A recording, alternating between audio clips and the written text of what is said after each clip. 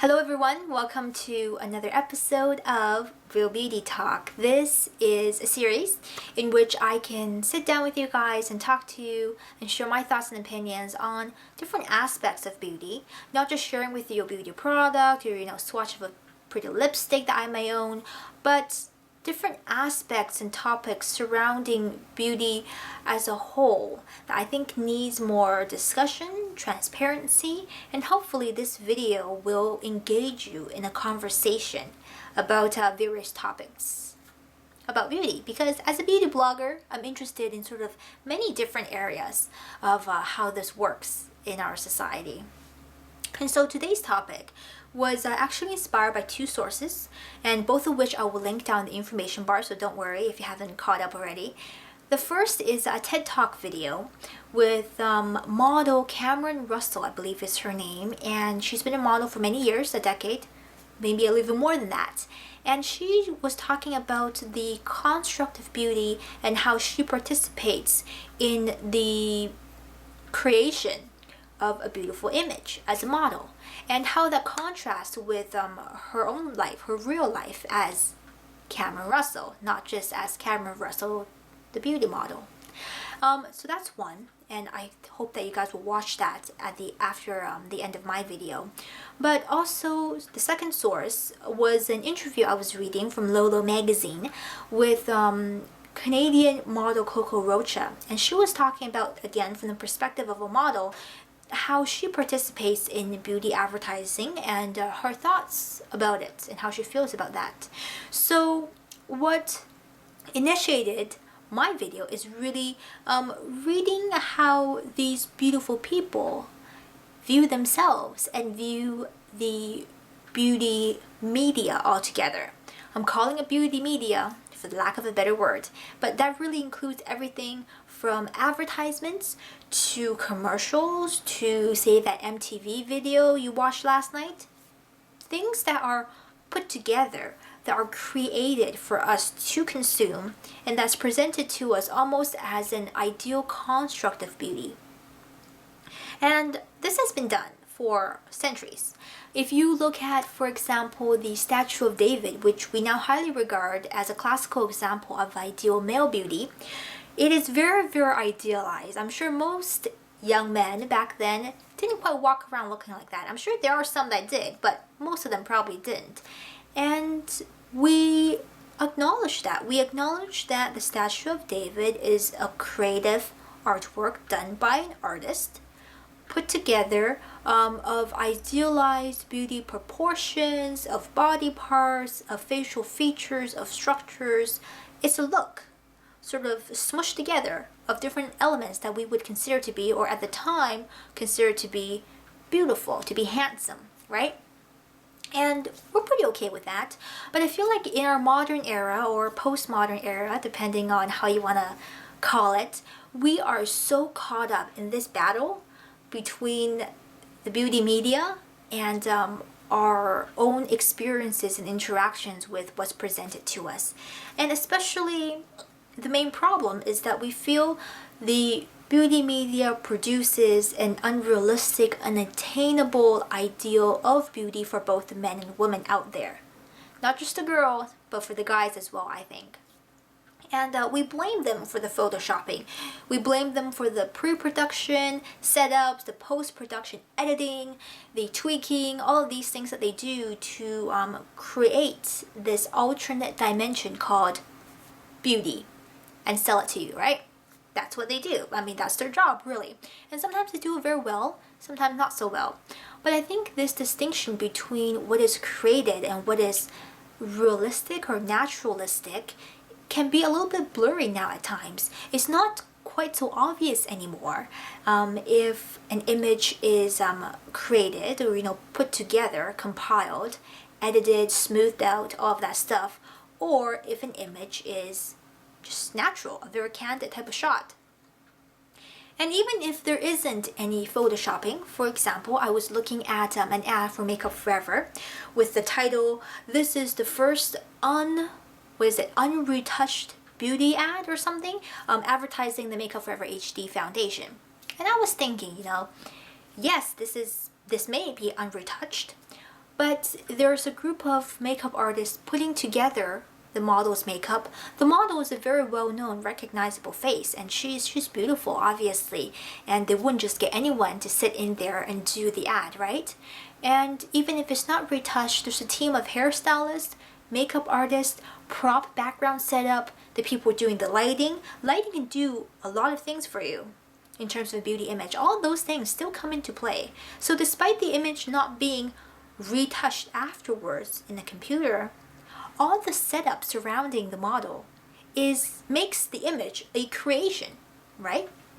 And so I was thinking to myself, if everything that you're going to see to a certain extent is going to be altered, edited, enhanced, shall we say, why do we have such a big fuss about it? Why do we give the beauty media so much credit for our own responses and interactions with what they put out there? They can do what they like. They can put up whatever that they like. They can tell me that model is not wearing false lashes and it's just that mascara doing it wonders. But I know it's not true. And I have the ability to make these judgments, to make my own decisions, and to form my own thoughts about what is given to me. The beauty media may give you a lot of things, and how you interact with them, how you dissect those images, and how you react to them, that's up to you, or us, or me, as individuals.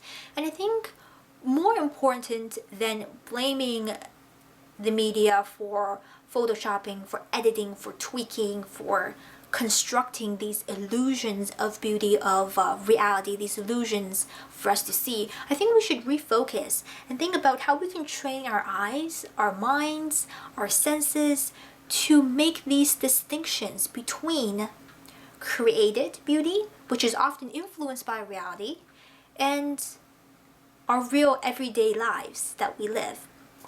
And those are two different things oftentimes. And I feel like this is something we need to pass on to the youth of our generation, because it's often talked about that they are so easily influenced by what they see on TV, but what they see in magazines. But as parents, as teachers, as older siblings, as people in positions of relevance, I think we need to put forth and spend some time with youth and tell them and teach them and give them the tools to make these distinctions, and not just to sit there and bash these images and say, oh, this is unrealistic, this is bad, you shouldn't look at them, you shouldn't want to be them, but tell them and teach them that they need to be able to make these distinctions between what's real and what's not, what's enhanced and what's natural, truly natural.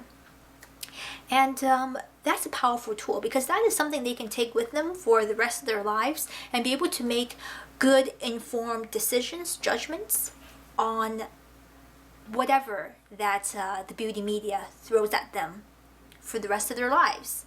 I think that's the most powerful tool at the end of the day. And I would never blame Picasso for making his portraits, unrealistic. They don't look like, real women, they're all distorted, cubism and all that. I wouldn't blame Picasso for that. That's kind of his thing, it's his style, it's his creation, it's his reality in artistic sense. And I wouldn't blame, Monet for his landscapes being all blurry and fuzzy. Why isn't this in focus? I wouldn't do that either. That's his artistic expression. And to a certain extent, the beauty media presents a construct of beauty, of ideal reality that's influenced by our own, but isn't exactly the same. And I'm okay with that. I'm at peace with the fact that beauty media is often a lie. And I'm perfectly fine with that, because I have the tools and the abilities to make these distinctions and to be able to make my own judgments. And I don't need to be mad or angry about what's put out there, but I need to know that it's different and it's not just a candid shot. It is, at the end of the day, and it will be, and it will always be edited, enhanced, a production of sorts. So I think that's something to think about. That's a different way to look at this interaction between beauty marketing and us as consumers, as everyday people.